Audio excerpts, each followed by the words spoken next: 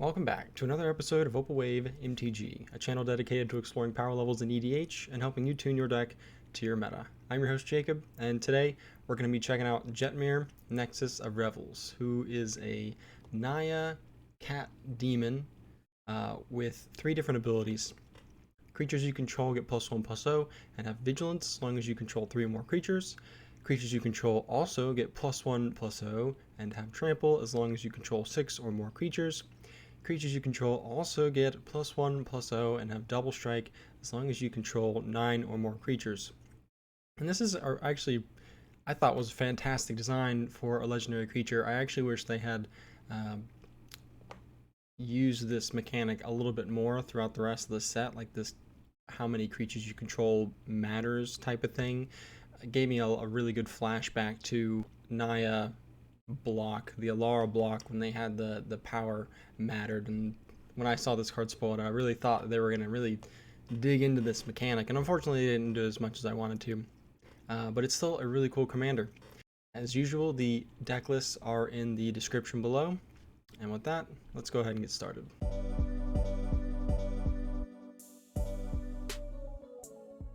Starting with the Skirmish tier, I decided to go with Naya Werewolves, and you have such a powerful overrun type effect in the command zone, and I've always wanted to do Naya Werewolves as opposed to the just regular red-green werewolves, and I thought Jetmir would be an excellent commander for this. So we've got in our planeswalkers, we got the Arlinn Cord and the Arlinn Pax Hope. And so Arlinn Cord makes wolves, and the other side is a lot of fun if you get to actually alter. Nothing too crazy with this planeswalker. The other 2 planeswalkers actually give us some pretty good leverage with our werewolves. So Vivian lets us cast our creatures as though they had flash, and the Arlinn Pax Hope also lets us cast creatures as if they had flash, and this lets us kind of control some of the old school werewolves that will flip based on how many spells were cast in a turn. It'll also help you, with the new ones too. So you can not cast a spell on your own turn, flip it into the Nightbound, and then possibly cast it on, get them to flip in more creative ways. And with the creatures, we pretty much just got some werewolves in here. A few of the mana dork type ones like the Scorned Villager, Conduit of Ruin, Kessig Naturalist. They make mana and do what we want to do, which is go to combat. Funny enough, one of the very few white-red aligned werewolves is the Brutal Cathar, which has a little bit of utility as far as exiling creatures, getting rid of creatures that are in the way or blocking or whatever. Then we've got stuff like the Night Pack Ambusher, which can also reward us for not casting spells on our turn by making our board wider. Stuff like the Wolf Hero Avenger. I really like this card. I played it a lot back when it was in Standard. Just a 3 mana, 3/3 with flash and the ability to regenerate, so not bad. Another really cool one is the Howlpack Piper, which can't be countered, which is really sweet. And then you can pay 2. You can put a creature from your hand to the battlefield. If that creature is a wolf or a werewolf, you can untap the Piper. It also allows us to play around this daytime, nighttime, werewolf, tribal kind of synergy. And the flip side also gives us some nice card advantage. So when it transforms into it, you look at the top 6, and you can reveal a creature card from among them and put it into your hand. So not bad. We've got stuff like the Immerwolf, just more werewolf tribal, lets us keep our werewolves in the werewolf form, which generally is better, generally speaking. Some of them like going back and forth, especially with the newer ones. They kind of made that a little bit better, but overall, yeah, just some really good stuff here. Augur of Autumn I added. It's from the Midnight Hunt set, but it also gives us some interesting card advantage since we can cast creatures from the top of our library. Moving on to the sorceries, we've got Shamanic Revelation. I really like this as a card draw spell. Cleansing Nova, you can either destroy all the artifacts and enchantments, or you can destroy all the creatures. Sometimes, even though we are playing a creature heavy deck here, we're not always guaranteed to be ahead in terms of creatures. So sometimes it's nice to just get that board wipe. We also have the Boros Charm and an Unbreakable Formation, so we can break parity on that if we need to like wipe the board and keep our stuff too. And Azuri's Predation, I like this card because it's a great board wipe. It's a one-sided board wipe. It gives you a bunch of creatures that will eventually beat face with Jetmir and can potentially just turn on all three of Jetmir's abilities with the one spell. So not bad. And of course, a Blast Act to help us reset the boards. With the instance, got the Kavira Takedown. Got this number of creatures matters kind of thing going on with the Kavira Takedown, and the Cabaretti Charm can do that as well, dealing damage to creatures equal to the number of creatures you control. Lantern Flare also does this. You deal X damage to target creature or planeswalker, and you gain X life, where X is the number of creatures you control. You could very easily just use the regular version. You don't even need to cleave in order to make this good in the context of this deck. So, Crush Contraband, you can exile artifact or enchantment, just really strong removal.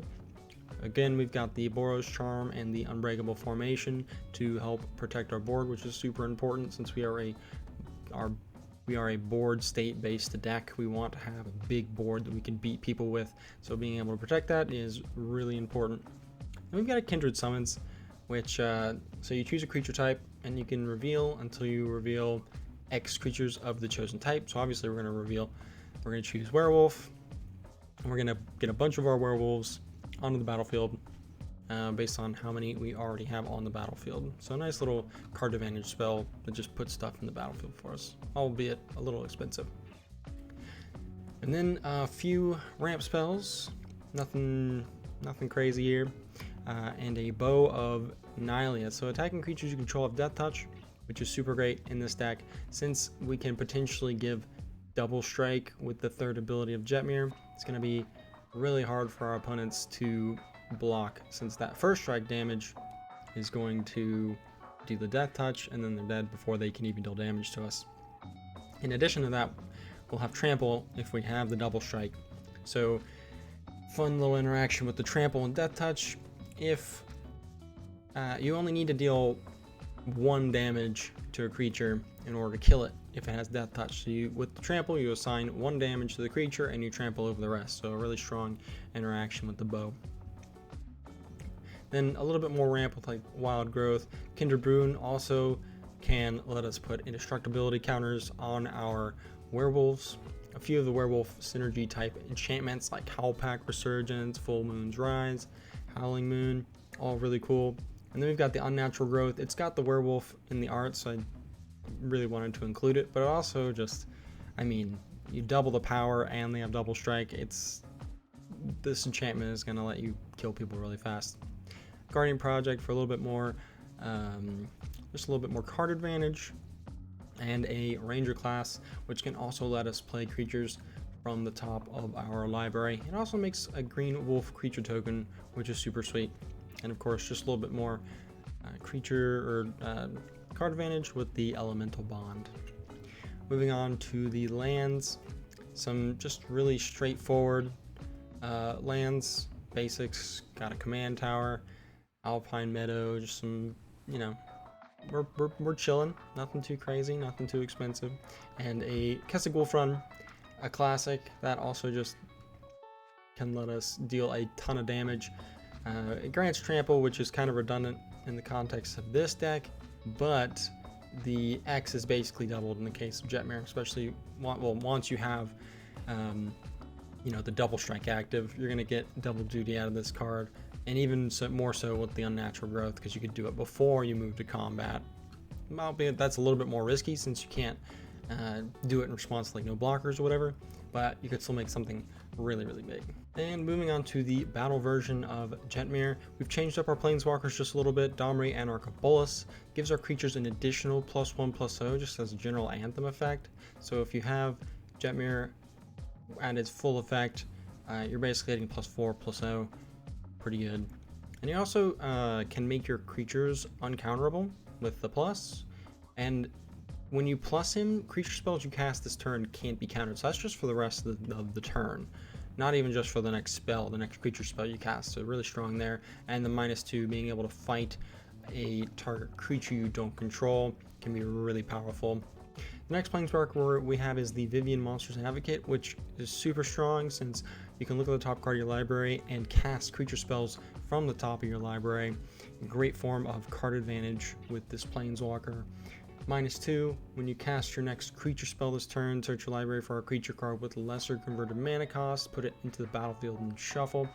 Super strong, especially if you cast this Vivien before you get Jetmir out, you can -2 Vivien, cast your Jetmir, and then get like Adeline Resplendent Cathar, or even just like a Destiny Spinner or Archon of Myria, and kind of just slow the board down once you get him out. Or even a Maven Mind Sensor, a Faber Elder, a lot of really great options that you can do. Or even just, cast an Elder Norn and find an Inferno Titan. Super strong tutor ability on this card. And also the +1 gives you beasts that you can either give reach or trample or vigilance. And since Jetmir is going to be giving us 2 of those already, you can just slap reach on the beasts and basically make it really hard for players to actually kill Vivien. Since we're going to get vigilance on just the first ability of Jetmir, that's going to be pretty easy to get going. Moving on to the creatures. Like I said before, you've got Adeline Resplendent Cathar. So power is equal to the number of creatures you control, and when you attack for each opponent, you make a 1/1, and this will turn on Jetmir's abilities really fast. On the first swing, you're going to have 4 creatures out, not including Jetmir, that puts you at 5. So if you have one other creature out, you've already got both the abilities of Jetmir activated already, so it's really strong. Another token producer we have is Arasta of the Endless Web. So whenever an opponent casts an instant or sorcery spell, you make a 1/2 green spider token with reach. So a great way for us to make tokens, increase our creature count, and not really have to invest anything. It kind of just sits on the field and watches everyone else play the game, and you just get value off of that. So it's pretty good. Archon of Myria to help slow our opponents down. They can only cast 1 spell a turn, and since we are definitely a combat focused deck without really any like combos or anything, we want some ways that we can slow the game down and stop some of those combos from happening. Maven Mind Sensor, another great stacks piece that increases our creature count, also just stops our opponents from effectively searching their libraries. We've also got a Collector Roof to shut down artifacts. A few of our creatures like Caustic Caterpillar, Outland, Liberator can be used to destroy artifacts and enchantments, and they're also a creature. A few more things like Hero of Bladehold to help us increase the creature count, and also has a battle cry, so we'll get the +1/+0 whenever we attack with it. A few ways for us to get some card advantage, like the Orin Frostfang, Toski, Bearer of Secrets. Avenger of Zendikar is, it's just so good in this deck. It's going to easily trigger all 3 of Jetmir's abilities, and you don't even need to play into the land in order to make the plants effective. So because he's going to give them +3/+0 and potentially double strike anyway. So playing lands after the Avenger is it's going to be really good. Some of our finishers type stuff is going to be Elesh Norn, Grand Cenobite. So especially when we have large board states, this is just going to put us over the top, especially in conjunction with Jetmir's ability. Inferno Titan, a great way for us to control the board and do combat at the same time. And a Tyrant's Familiar, which also can help us control the board while swinging. And then a Shalai, Voice of Plenty, to help us, or just to protect our board really. And if we're at a point where we don't really have anything to do with our mana, not a lot of card draw going on, you can pay 6 in that ability and just make all your creatures that much bigger. Pretty good. And then of course our ramp is, we got a lot of dorks in here. Since we are on the creature beats kind of plan, we definitely want to use these creature ramps and help us, power out our stacks piece a little bit faster. Especially since Jetmir is going to give him vigilance anyway, plays really well into the play pattern of swinging and then on your main phase doing something That way, if you don't have to cast a spell and then move to combat and have something removed. You can see what your opponents do first and then cast in the second main phase. In these combat type of decks, it's definitely the play pattern that you want to move towards, is combat first, play on your second main phase. Moving on to our sorceries, we still got the Blasphemous Act and the Cleansing Nova to help us clear the boards. Shatterskull Smashing and Amiria's Call, they're just free real estate. Plus the Amiria's Call, I mean, it makes creatures for us and it makes our non-angels indestructible. So, I mean, I think it's just really good in the context of this deck, even outside of just being free real estate. And a Shamanic Revelation, just as a great bursty draw spell. I like this card a lot, especially with the extra life gain that you get on top. It's good. With the instants, kind of just upgraded our instants a little bit, added a few tutors like Eladami's Call, Enlightened Tutor, Flawless Maneuver as a free way to make our stuff indestructible. We've added the Heroic Intervention and Teferi's Protection to help protect our board, like I was saying before. Since we want to have that strong board presence in this deck, these cards are going to help protect that board and keep us on the board, so we can just beat people down. Obscuring Haze is a way for us to fog the board, especially if we're getting, I mean, it's kind of hard for us to get crackbacks because of Jetmir's ability to give all of our creatures vigilance, but you never know. And Secure the Waste and March of the Multitudes, which can both make our boards really wide, really fast out of nowhere, especially since March of the Multitudes has Convoke, even more synergy with the Vigilance, so we can swing at players. It goes around, and at the end of the turn we can tap all those creatures that we did attack with to make even more creatures. And these are all going to end up being like, 4/1s with double strikes. You're going to kill people really fast after resolving one of these two spells. In our artifacts, we just got the Soul Ring. We got plenty of ramp in our creatures, and we are also on Stony Silence and Collect Roof. So we're just going to mitigate how many spells or how many artifacts, how much of our deck is essentially affected by these stacks pieces. That's another really important. When you're building these stacksy type decks, you want to make sure that you are breaking parity on the stacks that you are playing, or else you're just gonna shut yourself down. In our enchantments, a few more ways to slow our opponents down, like Deafening Silence, a Rule of Law, Rest in Peace is fantastic for hitting those graveyard type decks.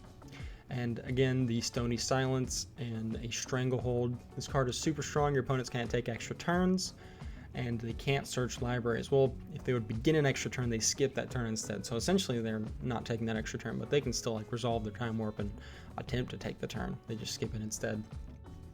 A symbol, the Legion, is just something that kind of sits in the background, and over time, eventually, it's just going to become overwhelming, especially since Jetmir it's going to make these guys hit really hard. Outlaw's Merriment can do that as well by just continuing to produce those humans every turn that we can swing at. And a Lurking Predators. This card is really good. Once you resolve this card, it's just going to start generating a ton of card advantage, even if you only have the if you have the Rule of Law or an Archon or Deafening, where your opponents can only cast one spell a turn. That's still, you're breaking the action economy more or less, where you get to do more things than your opponents get to do. Everything that your opponent gets to do, you get an attempted or the potential to do an extra thing. So this card is really strong at breaking parity with our Rule of Law, Deafening Silence type of stuff, and also just getting our board really big. In the lands, we've upgraded our lands a little bit. Some really cool includes, we've got the Egain Josie of the Empire. Since we are a combat focused deck, blockers and opponents swinging at us is gonna probably happen a good bit. So this is a great way for us to kind of surprise kill some of those creatures that are attacking or swinging at us.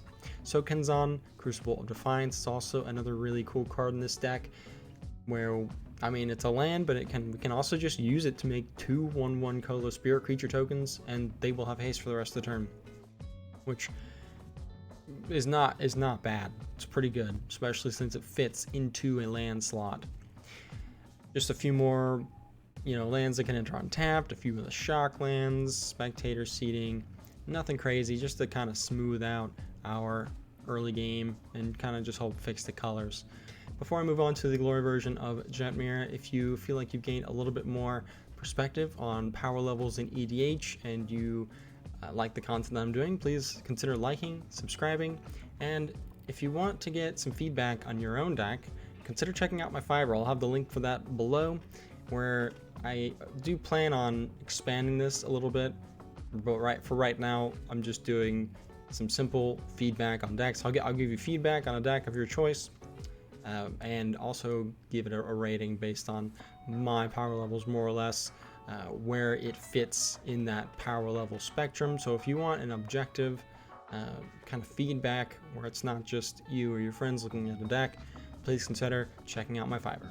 For the glory version of Jetmir, I decided to go with just basically taking the staxiness from the previous deck and just going all in with that. So this is a win conless stacks list for cEDH, and we've kept the Vivian. I think this card is just really gas.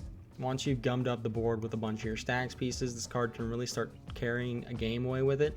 Whether you want to tutor for a creature, an extra stacks piece, or just start making the 3/3s as your activated abilities, but being able to play the creatures from the top of your library, super strong as a way for us to gain card advantage.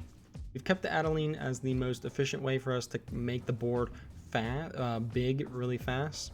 Alms Collector, super cool with flash. So if an opponent would draw 2 more cards, instead you and that player each draw a card. So if someone casts a Windfall or a Wheel of Fortune, you can flash this bad boy in. Archon of Emeria is still really strong. Even Mind Sensor, Eidolon of Rhetoric to make the water wet with the Archon. And once you get a couple of these pieces on top, it's going to be hard for your opponents to actually break through them, especially since a lot of removal in cEDH is more targeted as opposed to board wipey. So you definitely want to get as many of those effects out as possible. Drained Magistrate stops it just stops so much. We definitely want the card in here. Elish Norn as one of our finishers again. A lot of small dudes running around in cEDH, and this resolving is just going to be super backbreaking. In the regards of you just beating their faces in, and the regards of just they don't have boards anymore as far as creatures go. Esper Sentinel is, it's just a staple at this point in cEDH, but it gets really good in Jetmir because once you cast Jetmir, depending on how many creatures you have out, it's going to make Esper Sentinel that much bigger, and your opponents have to pay X for X is Esper Sentinel's power. So once we get, even with just the first one, now your opponents have to pay 2, 3, and then eventually 4 for the Esper Sentinel, and they're not going to pay for that. You just get that free card draw. Faber Elder, really great ramp. It has Vigilance already, but it's going to, it's going to be a 3/3, even with, even without Jetmir's ability. Add that in, it's a 6/3 with double strike. It's going to be kind of crazy. Garruk's Harbinger is a really interesting one here. So it's got Hexproof and Black, and it's a 4/3. When it deals combat damage to a player or planeswalker, you look at that many cards and you put a creature card or a group planeswalker from among them into your hand. So a really cool way for us to beat face and get card advantage at the same time. We got 38 creatures in here, so it's not going to be hard to start drawing some stuff. And if our opponents want to block, they can. If we're on the second level of Jetmir with the Trample, you look at the top cards based on how much damage you do.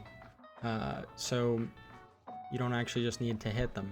You're going to look at a lot of cards. So the Trample is going to be really nice with Jetmir. Grand Abolisher, so our opponents can't stop us from slamming down our stacks pieces or just, killing them. Hushbringer is really strong. The ETB stops Thoracle Consult because the Thassa's Oracle is an ETB trigger. So this hits that. The Thassa's Oracle trigger won't go on the stack, so it's really good. Hushwing Griff is another one of these creatures that stops the ETB effects. There's just so many ETB effects going around. But flashing this in response is just going to be really good depending on context, obviously. Whether it's someone trying to do Felidar Guardian plus Kiki Jiki combo, or if they're, if they're trying to do the Thoracle combo, you can just flash this in and nullify that entirely. Inferno Titan is another another one of our finishers. Like I said before, there's a lot of small creatures going around, so this, even though we do have some of the anti-synergy where it's not going to get the ETB effect potentially, it gets it on swing as well. So this guy is going to be doing a lot of damage, helping clear the board out of the small creatures that we don't, necessarily want our opponents to have. And it's got fire breathing too, which is super strong with Jetmir, since, we'll get trample and potentially double strike. He's going to do a lot of damage. Limvala, activated abilities of creatures your opponents control can't be activated. So this is going to be, just a really strong stacks piece, obviously. But we also, if you guys watched the Carador deck tech video, we have these two cards in here to combo, or I say combo, with the Living Plane. So Living Plane turns all lands into 1/1 creatures, and they can tap for mana. But if we have the Limvala or the Elishnorn out, they either can't activate those creatures, or those creatures are going to die. And another reason why Living Plane is so good in this deck is it's going to increase our creature count, since we have all those lands. So we have a bunch of lands out. With the Jetmir, we cast the Living Plane, and now we've got an additional 3 or 4 extra creatures, which can potentially hit us up to the second or third abilities of Jetmir, and just do a lot of damage. Tinderstreet Dryad is going to help us kind of make our board bigger without having to invest anything into it. Runic Armasaur, another really cool card advantage type thing. Toski Bearer of Secrets and the Oran Frosting are also super strong. Sanctum Prelate to hit some of the non-creature spells. So if you think there's like a Toxic Deluge that's going to come, you can do 3, or if you want to hit some win cons, you can hit 2. Just depends on, this card is really based on context of what you want to name. It takes a little bit of practice, but it's a super strong card once you figure out what your opponents are playing. Sarah's Senate, just a really good beat stick. Shaleng makes all of our stacks pieces have hexproof. It's super strong, and yeah, so pretty simple here. Thalia, non-creature spells cost 1 more. Windmare makes our opponent's non-creature spells cost 1 more. And then we've got the Tocatli Honor Guard as another way to stop ETBs from happening, and a Yasharn Implacable Earth, stopping our opponents from paying life or sacrificing non-land permanents, is super strong. You hit fetches with this because you have to pay life in order to do the fetches. Hit stuff like Razaketh or treasures, with Dockside running around. This guy's going to stop that, and we get 2 extra lands. Since we are that grindier kind of deck, it's super good that we get those 2 extra basics that we get to slam on the next 2 turns, help us cast some of our bigger stuff. With the sorcery, it's nothing too crazy, just a Mizium Mortars. And you might be interested, thinking it's a little weird that, there aren't like the Eldritch Evolution or the Finale of Devastation. We don't really want to be running stuff like that, mainly because of some other stacks pieces in our artifacts, and we'll kind of get into that a little bit later. So yeah, we're kind of skimping on those a little bit. We still have some of the tutors like Eladamri's Call, Worldly Tutor, Enlightened Tutor, but we're not going to worry about a lot of these other tutors, since, like I was saying before, since we are like a full-on stacks deck, we don't want to be stuck with cards in our hand that we can't use. We want to be able, if we're stuck with cards in our hand, it's because we got like our own Archon out or something, but we don't want to, increase the odds of, like, if we have a Yasharn out, the Eldritch Evolution doesn't do anything since we can't sack to cast the spell. So we want to avoid situations like that. Since we also have like the Windmare and the Thalia, just kind of reduce the non-creature stuff overall. Moving on to the instance, we still want some removal in the deck. So we've gotten a Braid, Swords of Plowshares, Deflecting Swat's really good, especially once we've got the Jetmir out, obviously. Wear and Tear, and Lightning Bolt plus Pyroblast and Red Elemental Blast. This deck is something where we can kind of just swing over our opponents and force really bad blocks in certain situations. And also with the Elishnorn and the Inferno Titan, we can, we've got a little bit of extra utility, but our power is going to come from locking down the board. And then, in most cases, opponents aren't going to be able to handle these creatures in combat just because of the bonuses that you get. And once you hit double strike, it's near impossible for your opponents to actually, stop you from swinging at players. And like I said, we've got the Elder Armies called Worldly Tutor and Enlightened Tutor as ways for us to tutor out stuff. Nothing too crazy. It's cheap, it's efficient, and it's not going to gum us up too hard. Just a few extra ramp spells, Chrome Mox, Mana Crypt, and a Soul Ring as our extra ramp.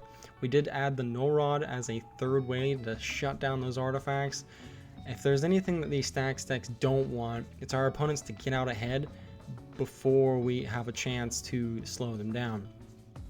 So adding in the extra Null Rod, if you're on like the third or the fourth player in turn order, it's really good that we can, you can do a Soul Ring into Null Rod, or, Chrome Mox into a Dork, so we can get out just a little bit faster as well. And we've got Thorn of Amethyst to make all non-creature spells cost 1 more to cast, so an extra way for us to, stack those non-creature spells. Then we've also got Grafdigger's Cage and Weathered Runestone. So Grafdigger's Cage, creature cards in graveyards and libraries can't enter the battlefield. Players can't cast spells from graveyards or libraries. So this is going to shut down Underworld Breach pretty hard. It also shuts down things like Finale of Devastation and Eldritch Evolution, Neoform. This is going to stop those things from happening, or even a polymorph type effect. So just more reason for us not to run those cards. And a Weathered Runestone also says non-land permanents, or non-land permanent cards in graveyards and libraries can't enter the battlefield. Players can't cast spells from graveyards or libraries. So some extra redundancy on the Grafdiggers, except for Weathered Runestone is going to hit any non-land permanent. So you can't, cheat in your artifacts or what have you. Torpor Orb, creatures entering the battlefield don't cause abilities to trigger. We've got a Dampening Sphere. So if a land is tapped for 2 or more mana, it produces colorless instead of any other type and amount. And each spell the player casts costs 1 more to cast for each other spell that player has cast this turn. So just another way for us to tax the the spells if we don't have an Archon of Emeria or an Eidolon of Rhetoric out. Again, we've got the Dampening Silence, the Rule of Law, Stony Silence, Stranglehold, Rest in Peace, all just super strong Stax pieces that are going to shut down a lot of win cons. Again, we've got the Living Plane as one of our more or less win cons. Sylvan Library for extra card draw, and a Suppression Field. Activated abilities cost 2 more to play unless they're mana abilities. So this really isn't going to hit anything in our deck because our creatures are primarily mana dorks, or they have some kind of ability that triggers when they are attacking, or it is a static ability. The worst we're going to get is like Shalai, or the Outland Liberator, or maybe an Inferno Titan, or possibly our Vivian if we want a plus or minus. But I mean, pay 2 to get a 3/3, that's still pretty good on mana, and we're stopping our opponents from doing things too, so it's going to be super strong. Moving on to the lands, we've pretty much just tidied up our mana base a little bit. We don't have too many of our off-colored fetches. We've got the on-color fetches, but we're kind of reducing. We still have the Misty Rainforest just to help us a little bit with redundancy. But since we are on the Yasharn and a Magus of the Moon, we kind of want to avoid overloading our decks with too many of these non-basic lands. Again, we've got the Iganjo and the Sokenzan. They're both really sweet in the context of this deck, and we've added Boseiju, who endures, as well as a Gaia's Cradle. Since we are making our board super wide, this is going to help us pump out some of our bigger stuff like the Elesh Norn or the Inferno Titan, or potentially double spell if we aren't at that point yet, or even just start activating Shalai. A lot of really good utility for the Gaia's Cradle. Unfortunately, it does shut down. It does get shut down by the Dampening Sphere. So if you plan on casting the Dampening Sphere and you have the Gaia's Cradle, make sure you tap your Gaia's Cradle first, get a bunch of that mana, and then resolve your Dampening Sphere last. Thanks for checking out this episode of Vaporwave MTG. Again, I'm your host Jacob, and until next time.